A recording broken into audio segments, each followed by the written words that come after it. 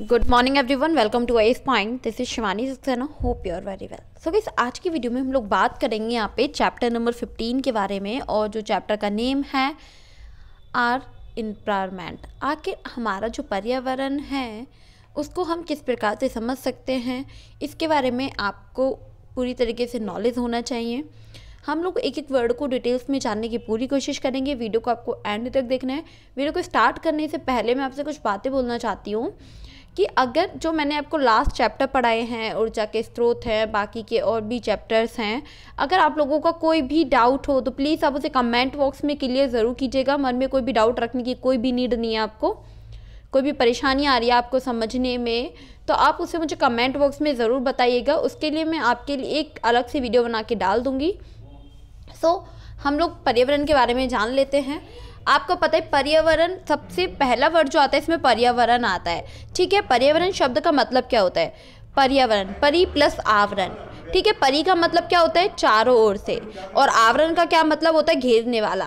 तो पर्यावरण मतलब चारों ओर से घेरने वाला, ये पर्यावरण का अर्थ हो गया। होप आपको बहुत ही अच्छे से समझ आया होगा। आगे चलते हैं और जान लेते हैं परितंत्र के बारे में। आखिर इकोसिस्टम जो होता है वो क्या होता है?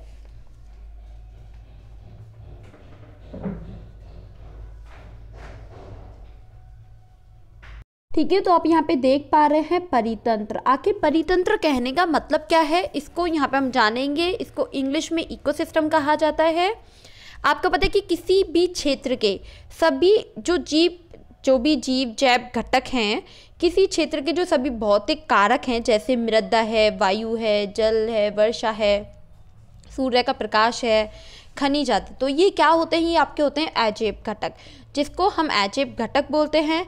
किसी भी क्षेत्र के जो जैव हैं, अजैव घटक संयुक्त रूप से क्या होता है कि परितंत्र बनाते हैं। क्या बनाते हैं? परितंत्र बनाते हैं। प्रकृति में जैव और अजैव घटक को परस्पर क्रियाएं होती हैं, और जो प्रकृति में क्या करती हैं? संतुलन का एक तरीके से बना हुआ रहता है। ठीक है, परितंत्र के कुछ सामान्य उदाहरण भी हैं जो मैं आपको यहाँ पे एक्सप्लेन कर देना चाहती हूँ, और आपको यहाँ पे बहुत अच्छे से इस उदाहरण के बारे में जान लेना है। आपको पता है कि किसी भी चीज़ को तो हम पढ़ते हैं, अगर उसके एग्जाम्पल्स लेके, अगर उसके जो एग्जाम्पल्स हैं वो व्यवहारिक हैं, तो हमें चीज़ें बहुत जल्दी याद रहती हैं। उसके एग्जाम्पल्स हमारे माइंड में ऑल टाइम के लिए फिक्स हो जाते हैं। ठीक है, तो इसीलिए मैं आपको ऐसे ही व्यवहारिक एक एग्जाम्पल यहाँ पे बताने जा रही हूँ बगीचे के बारे में। आपको यहाँ पे फोकस करना है। आपको पता है बगीचा, एक बगीचे में जैव घटक के अंतर्गत आने वाले जो कारक होते हैं वो कौन कौन से होते हैं? कौन कौन से होते हैं? घास, वृक्ष, गुलाब, चमेली, सूर्यमुखी, मेंढक, कीट और जो पक्षियां होते हैं। ठीक है, ये सभी क्या है? जैविक परस्पर क्रियाएं करते हैं। मतलब कि सजीवों में वृद्धि, जनन एवं के उसमें क्रियाकलाप के जो भी अजैव घटक होते हैं उसके द्वारा ये प्रभावित होते हैं। ठीक है, तो ये यहाँ पे आपको समझ आया। अब आपको यहाँ पे जान लेना है परितंत्र। अगर हम परितंत्र के बारे में डिटेल्स में जानने की कोशिश करेंगे, जैसे अभी मैंने आपको बहुत कुछ बता चुकी हूँ परितंत्र के बारे में, तब आप यहाँ पे इसको परितंत्र के बारे में लिखेंगे, और साथ ही तब आप इसको लेंगे कि प्राकृतिक और कृत्रिम।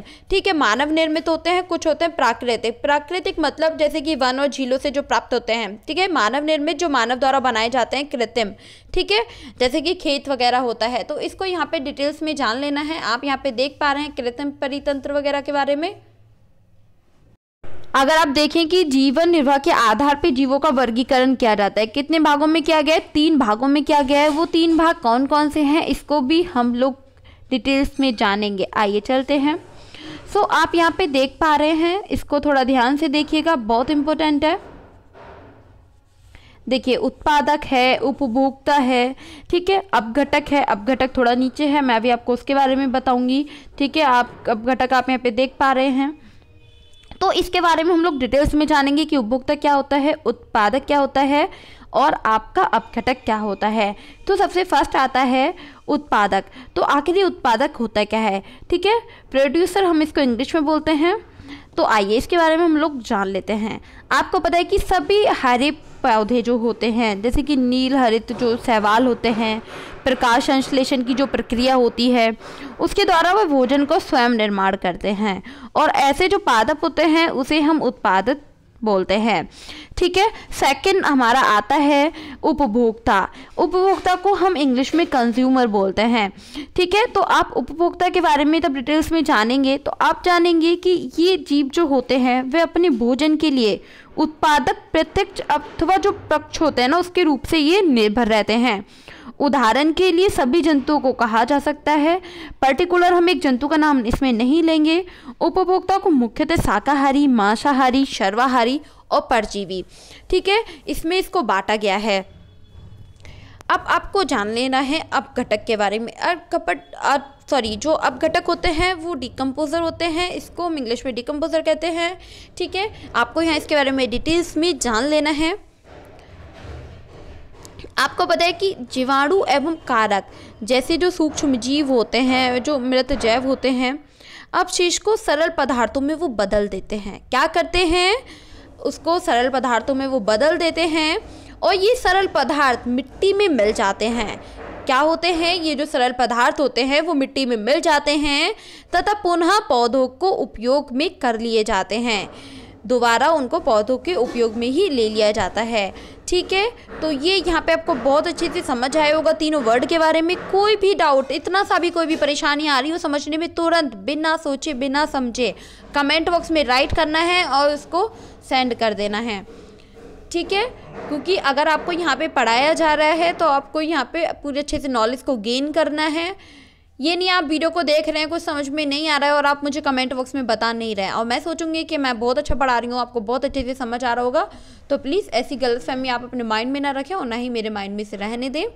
आप जो भी डाउट आ रहे हैं, जो भी परेशानी आ रही है आपको, उस प्रॉब्लम को आप कमेंट बॉक्स में ज़रूर शेयर कीजिएगा।